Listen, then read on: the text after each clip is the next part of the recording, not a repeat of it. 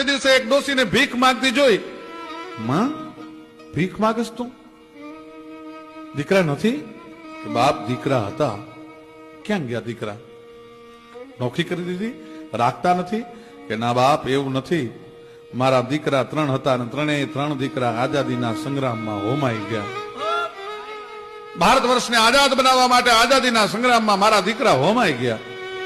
અને ત્યારે ઝવેરચંદ મેઘાણીએ કીધું કે માં, તો હવે આ જે જોડી છે ને એ ભીખની જોડી નથી. અને ઝવેરચંદ મેઘાણીના શબ્દો ત્યાંથી હાલ્યા ભાઈઓ.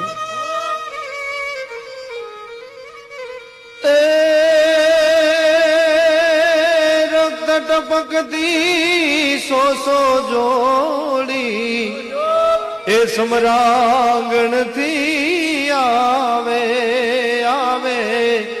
હે સમરાંગણ થી આવે.